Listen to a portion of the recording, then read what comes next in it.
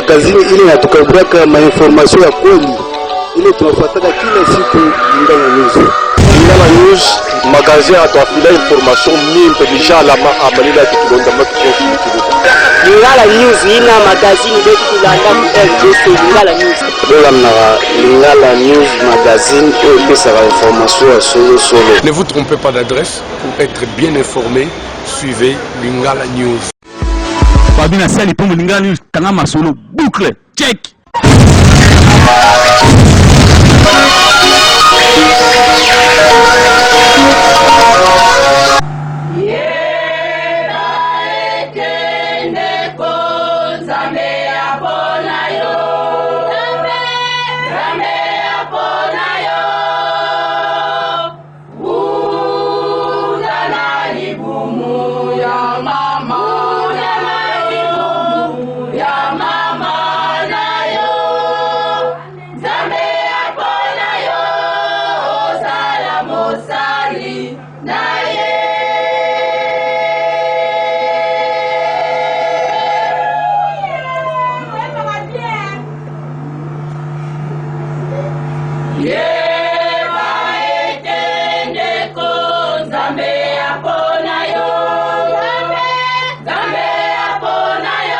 Parce que Messi est l'envoyé de Dieu. Motinda mina ensemble. Et yango bana tozoye sabino ke awa toye biso mokote na autorité na biso te kasi nzambe nde mutatindi biso ndenge kaka bino boyembi. Amen. Nzambe soka tindi moto atinda kapamba te. Ako charger na moto wana koli ya mapamboli oyo agotika avant ye azonga yango Yesu tamba yaki na mokili avant azonga lobi na kotika bino ba orphelin te na kosenge pa ya tata atinda mosungi mosusu oyo akozana bino tango nyonso. Amen. Vraiment esengo mingi mboka oyo kichini na lekaka, mais pour la première fois na telemi na kiti pe na zui occasion ya kosala ministère na mboka oyo. Donc pour ngai ezali journée moko spéciale. Est-ce que vous sentez la moi? Ba mama tang bazo yemba na bibi mokeli banda na observer mabele na moni mabele oyo ezaki toko. Pe mabele oyo ezali fertile. Tang nazo tam na osala prière nzambe. Mabele oyo lokola ezaki toko. Lokola eza fertile. Tika pe mitema ya bataki chini eza ya malamu pe eza la fertile. Ebota bambuma oyo ekopesa lokumu na nzambe. Tango Pasteur Ngoma azali ko présenter abanina nous ko présenter nkumu. Abamuso azokasa mais pourquoi banna nkumu? Oui nakala bamindele bazako kosa biso ke bakoko na biso bayebaka nzambe te eza lokuta. Bakoko na biso bayebaka nzambe me ndenge na bango ya koluka nzambe nde ekeseni na oyo ya bamindele. Bon, nango bozotala ngai oyebi na Bible na Psaume 115 verset 16 Bible lobi la terre Dieu a donné la terre au fils de l'homme. Les cieux sont les cieux de l'Éternel. Mais il a donné la terre à qui? Au fils de l'homme. Et tant nzambe azuma bele a pesi na mwana na moto. Et tant mwana moto azu ango abandi ko gerango na des ordres étaient mais na ordre dans la société humaine nzamba tche oyo azala yaya oyo leki oyo mokonzi oyo subalterne oyo alandi. Est-ce que vous l'avez? C'est pourquoi au Komona bisika nyonso kokende okokuta kolo mabele nzamba pesa na bato kolo mabele azali esoki yo oyi okei na esika wana il faut osolola na kolo mabele. Est-ce que Zolanda? Amen. Aba muswado no bazalaka bandoki, bazalaka banganga, bazalaka secret moko boye bakate. Véritable nkumu abundisaka nzambe te, kasi abundisaka Satan. Amen. Est-ce que Zolanda? Amen. Un véritable nkumu abundisaka nzambe te, mais abundisaka Satan. Na découvrir makambo parce que nga na plateau de Bateke to fongola ka d'abord église na Ngwene après Maindo Sokomati okomi okoti boye les na sokomi na do voilà maintenant les chefs coutumiers yepe à côté na église a commis serviteur portier a boyem sur pasteur Célestin ay pasteur yo teya na okuna ngai na telemi au na tala bango so ba koleka wapi. Est-ce que Zolanda? Amen. Donc batu oyo ya Satana bandoki tango balingi ba ya po babundisa nzambe ye moko chef ayebi comment ko maîtriser bango. Est-ce que Zolanda? Amen.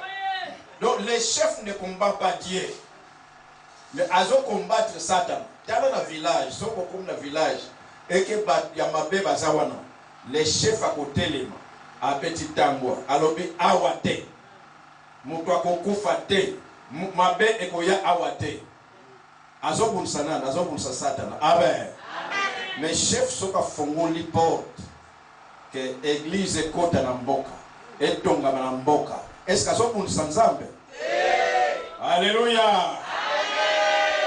Donc, chef, vous allez na kimia, Zamba Pambola yo.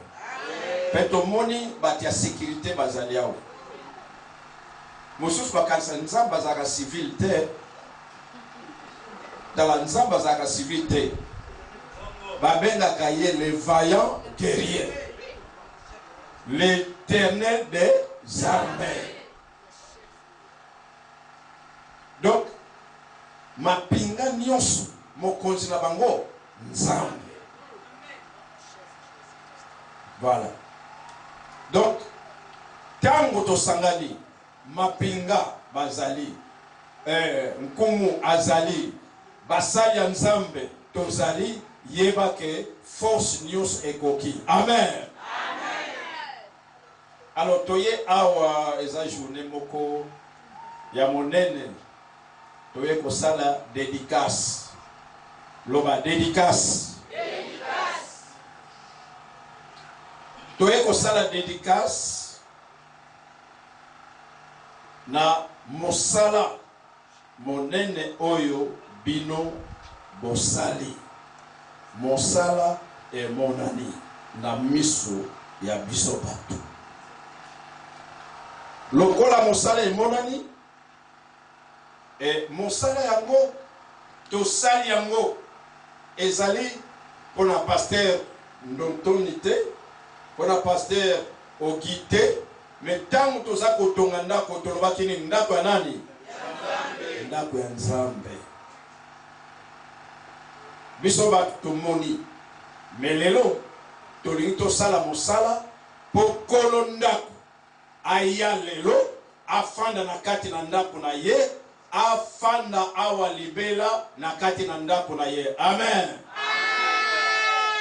Parce que c'est inutile que mosali mosala meye moko kolo ndako afanda kane na ndako na te. Donc dédicace du temple. Temple ezali likambo oyo liloba oyo depuis l'Ancien Testament. Donc c'est un terme intertestamentaire. Donc elingo lobake euta na Ancien Testament et yepe na Nouveau Testament. So que l'Ancien Testament bazolo la mingi temple.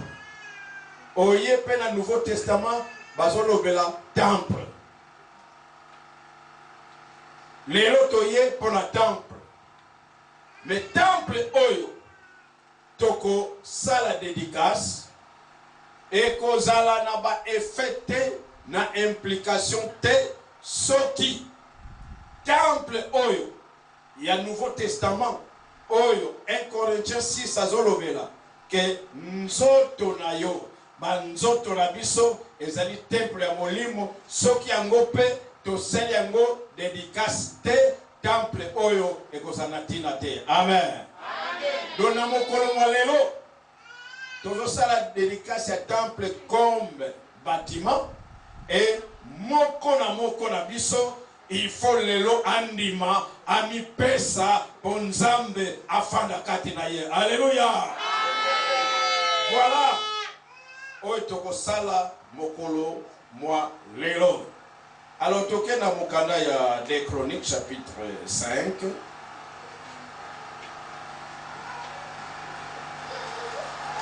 Toko umela te parce que soto ultimo sika. Des Chroniques chapitre 5. Tobana verset 1. Bon, toko suka na 4. Bible eza na version épelée. Alors, dans Louis II, on a verset 12 balobi, et tous les Lévites qui étaient chantres, Asaph, Éman, Jéduthun, leurs fils et leurs frères, revêtis de byssus et se tenaient à l'orient de l'autel avec les cymbales, de lyres et de harpes, et avaient auprès de 120 sacrificateurs sonnant des trompettes. Et lorsque ceux qui sonnaient des trompettes et ceux qui chantaient, s'unissant de même accord pour célébrer et pour louer l'Éternel, firent retentir les trompettes, les cymbales et les autres instruments, et célébrèrent l'Éternel par ses paroles, car il est bon. Amen. Namona badrapele na bien bokomi, eloko moko, on dirait tozalaki na bino. Mais ça c'est le Saint-Esprit. Vous communiez notre appelé? Ok. Et effectivement, dans mon colo, il y a dédicace à temple. Salomon paie ma sacrificateur, tant telimaki, balobi, car il est bon. Car sa miséricorde dure à toujours. En ce moment, la maison de l'Éternel fut remplie d'une niée. Les sacrificateurs ne purent pas y rester pour faire le service à cause de la nuée, car la gloire de l'Éternel remplissait la maison de Dieu. Alléluia. Amen. Loba dédicace. Loba la dédicace. Alors, dédicace, elinko loba nini, soko tali na définition. C'est la consécration d'une personne, d'une chose, d'un lieu à une divinité.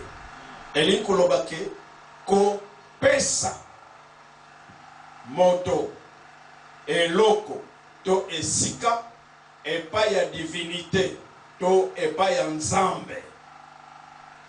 Alors naka oya biso divinité na biso oyo tofandeli awa tozo yembaka banzembo tozo beta maboko tozo bina pona nani? Alléluia. Amen. Et dédicace tokosala yango epai na ye nzambe.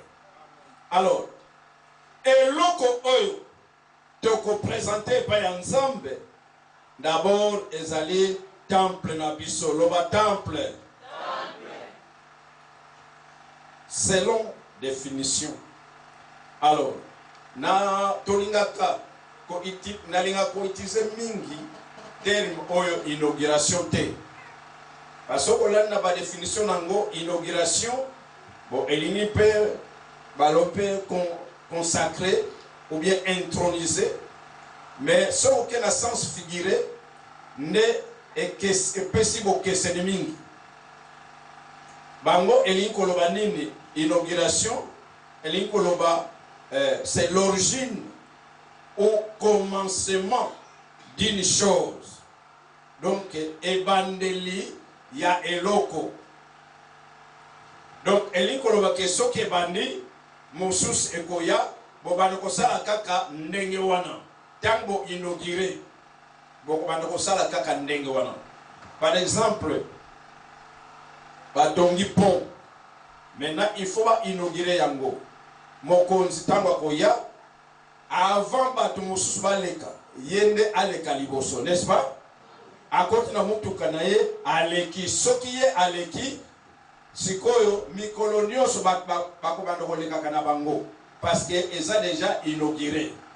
Est-ce que vous l'avez? Même qu'il tokolobo voilà, toujours ça la kilt inaugural. Donc kilt ya liboso, oyo bozo sala, yangone bozo benga inaugural. Est-ce que vous comprenez le sens? Eli koloba ke bo sali kilt wana ko bana mokolo wana boko banda ko sala ka ba kilt. Alors, tandis que dédicace, tant pour sali dédicace, bo pesi eloko et pas ya divinité et pas ya nzambe sikoyo nzambe nde moto azui eloko wana ekomi ya ye. Alléluia. Amen. Eza susi ya kowela te. O demo ayete ndako eza ya ngai. Ndoka ye o eza ya ngai. Nganga ye eza ya ngai. Biso bato tongaki yango. Soki tolobi oyo to pesi yango epana yo nzambe. Nzambe azu yango ekomi ya nzambe libela. Alléluia. Amen. Yango na sepeli mingi na terme oyo dédicace etozaliawa eza kaka couche moko ya société te. Tozaliawa bana mike mikolo batata bamama na bakonzi ya mboka bazaliawa na bakonzi ya leta bazaliawa na basali ya nzambe bazaliawa elikoloba biso nyonso d'une manière azimite biso nyonso tolobi ke eloko oyo tobengi temple oyo ekome ya nani ya nzambe. Alléluia. L'état azali représenté, bakumu baza représenté, basana nzambe baza représenté, basivili baza représenté, elikoloba toyokani banda lelo ndako ekome ya nani ya nzambe. Alléluia. Alors, la dédicace est un élément essentiel. La dédicace, d'abord, c'est la personne. Oyo, il y a Kosala. Dédicace, il y a consacrer la personne ou la chose ou les lieux. Or, pour notre cas, Toye Awa, Pona, Tosala, dédicace, il y a temple. L'oba temple. Et l'autre c'est la divinité. Biso, ndenge tolobi liboso, divinité na biso, oyo toko présenter, et l'autre oyo, ezali Yahweh Nzambe. Yamisato, il faut qu'il ait les prêtres, oya kosala service ya dédicace.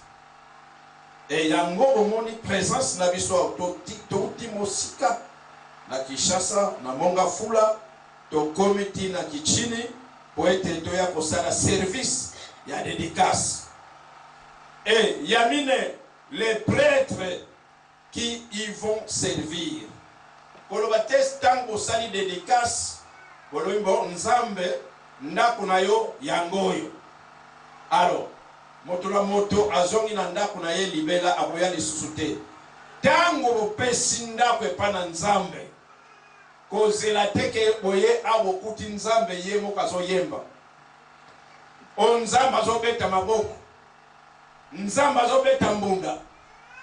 Ye azali la divinité, azali nzambe, mais service ezali bino batu bokosala yango. Alléluia. Amen. Est-ce que vous cela? Amen. Il faut ma prêtre batu o bakoya kosala. Jamais okoya aokuti nzambe ye moko akombolaki ndako. En tout cas, nzamba leka kiao. Ni na moni propriété moko a chewana.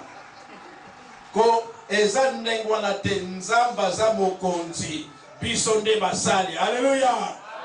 Yebisa moninga na yo yonde mosali. Na ndako ifo ya kosalaka. Alléluia.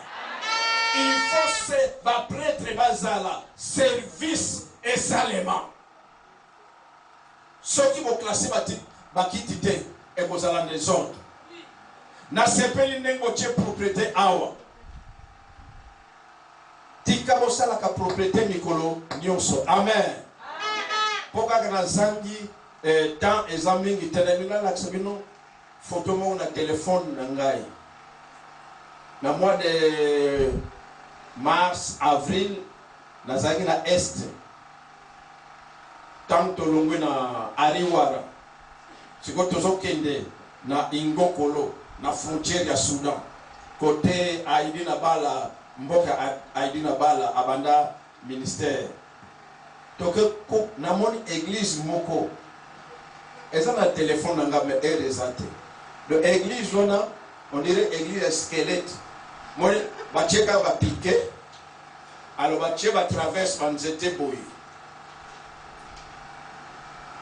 Ata matiti bacha likolo te. Moi baba ya bacha ba nzete almati na yebi kutu frina ya ngote. Oko suto mama moko akendeki Dubai ayena batapi. Ser moko azo engagement azo somba ba chaise. Frère moko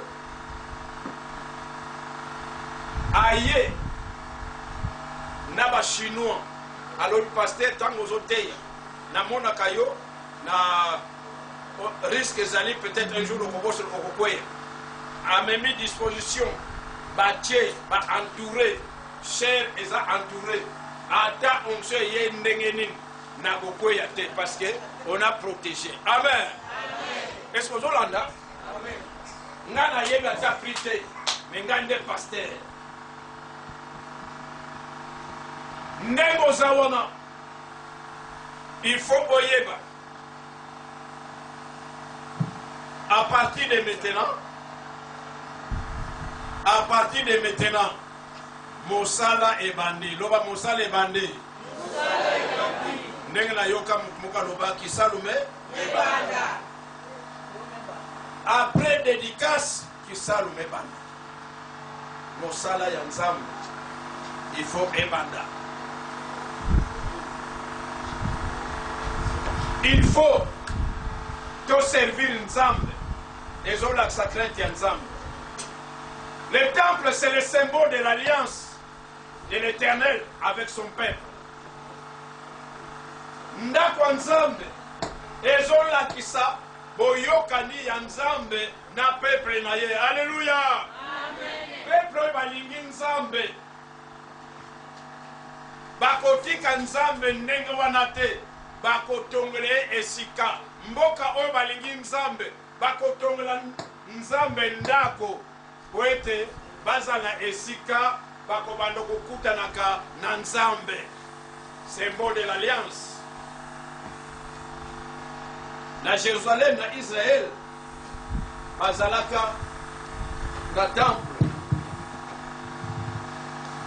et na temple na bango wana Batia Oizali arche de l'alliance.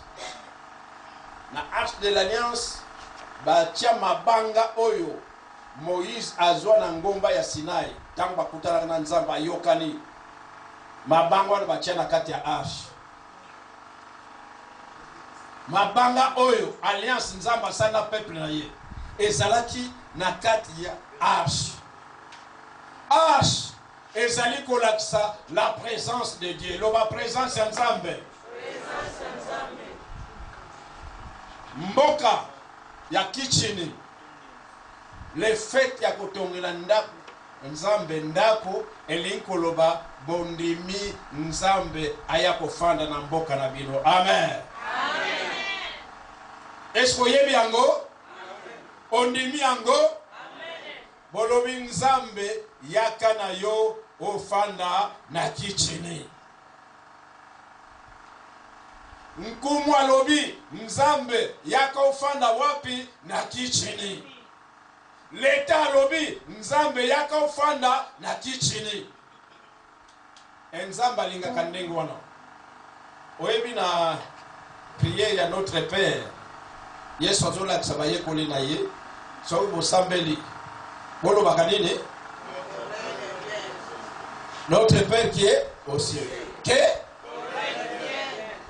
Nzambe oyo aza autorité na nyos. Poye aya il faut bo benga ye. Il faut bo inviter ye. Soko inviter ye te agoya te. Est-ce que Zolanda? Même na bomo ina yo, na vi na yo, inviter Nzambe aya, soko inviter ye agoya.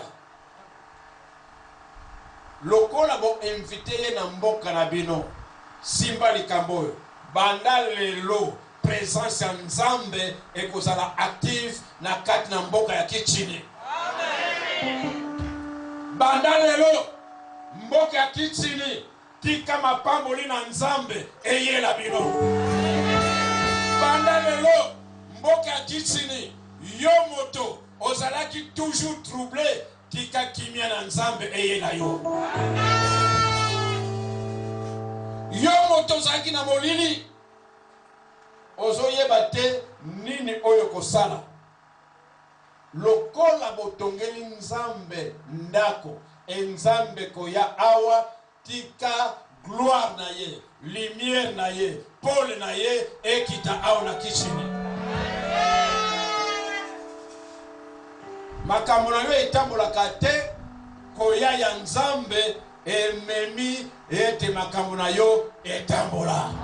Eko kende liboso makambo na yo. Misala na yo ekende liboso. Ezala mabeli ya kichini epambolama. Mabeli ya kichini eproduire. Ba habitat ya kichini, situation sociale échangée. Situation financière échangée. Parce que vous invitez Nzambe. Nzambe ye ajali tata solo na kobanga te. Nzambe ye ajali tata solo na kobanga. Nzambe ajali tata solo na kobanga